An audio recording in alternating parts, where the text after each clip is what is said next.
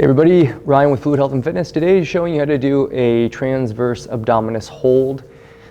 Just as a reminder, your transverse abdominis is your deepest, most, or intrinsic most abdominal wall. It not only pulls the hips under when you engage it, but it also extends the back by way of its posterior attachments on the thoracolumbar fascia.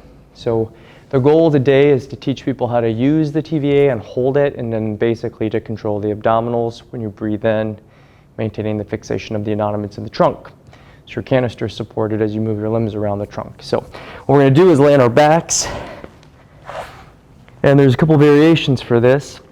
You can go from a 90-90 with your legs on the ground to take out the hips.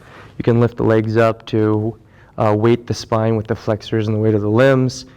We're going to do it from a 90 to make sure that we can accommodate all people. Now again, you're going to support the head in your hands, so your elbows are outside of your peripheral. You're going to have your head in your hands. You're going to slightly raise the torso off the ground. So I'm lifting the trunk from the ground. The shoulder blades aren't touching. Notice I'm not craning through the neck, so I've got cranial flexion, cervical extension, slight thoracic flexion, but my lower back's not touching the ground. So I'm going to hold my torso up without it over flexing and taking over my lumbar spine. So from here, with the abs engaged from the superior side of that attachment, we're going to breathe all the air out for 6 seconds.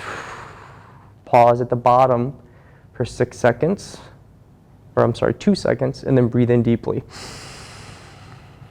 through the nose. Now as I breathe in, once again, I'm not letting go of the abdominal tension. As I breathe in, I'm expanding from my T-spine. My back is bellowing backwards, and it's imprinting my lower back into the ground. So I should feel a natural arch on breath out. And as I breathe in, I should expand the torso. Back breathing takes the lower back into flexion. And again, you're going to feel that imprinting onto the ground. So this is an isometric hold, or a TVA hold. And ultimately, we're just maintaining the fixation of the spine with that abdominal tension, and then controlling the breathing cycle for 2 minutes. And we want to make sure that we're not asymmetrically oriented. So as we come up, we don't want them to twist on one hemisphere. Normally, you're going to see that right shoulder come up a little bit higher than the left. Elbow will come up. You'll start seeing their crane through their neck, or elbows coming forward as you're trying to use your head and your arms to support it.